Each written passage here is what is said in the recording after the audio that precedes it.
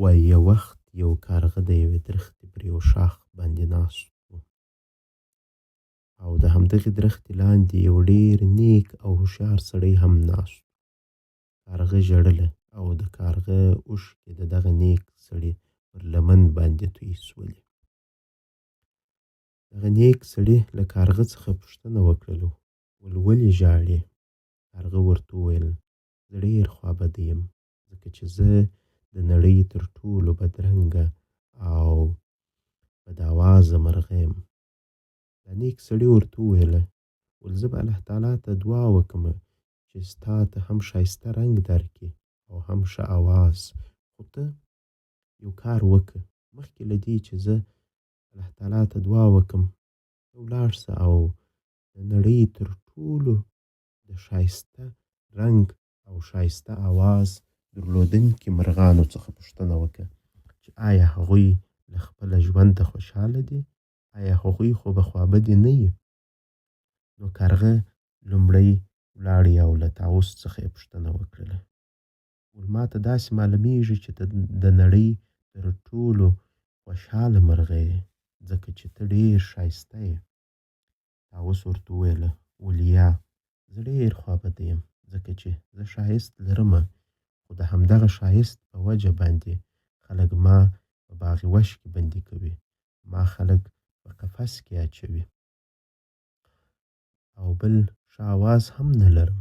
ته ولاړ شه له طوطي څخه پوښتنه وکړه هغه به کیدای شي د نړۍ تر ټولو خوشحاله مرغه وي ځکه چې هم ښه آواز لري او هم ښه رنګ لري.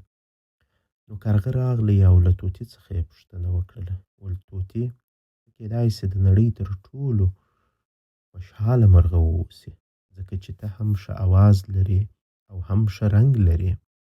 طوطي ورته په ژړا شو او ورته ویې ویل ما ته خو همدغه رنګ او همدغه آواز غضب دی، دا چې همدغه رنګ او دغه آواز په خاطر مې خلک په قفس کې اچوي او بندي کوي مې. نو کارغه له طوطي څخه پوښتنه وکړه ستا په نظر به خوشحاله مرغه کوم یو وي؟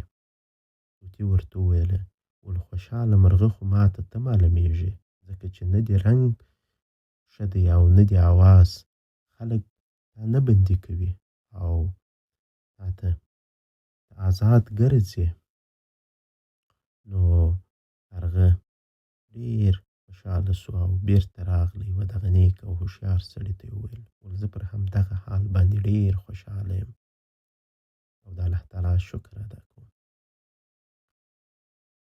د دې کیسې اصلي هدف دا دی چې موږ کله چې پیسې نه لرو، کله چې مسکنت وي، ډېر خوابدي یو او داسې فکر کوو چې خان به نو ډېر خوشحاله وي، خو بیا کله چې خان ته ورسو او له خانه پوښتنه وکړو خان بیا په 200 مریضیو باندې اخته وي، هغه بیا وایي ای کاش دا دومره هستي و مال مې نه درلودی خو ښه صحت او آزاد ژوند مې درلودی. نو باید هر یو په خپل حال باندې شکر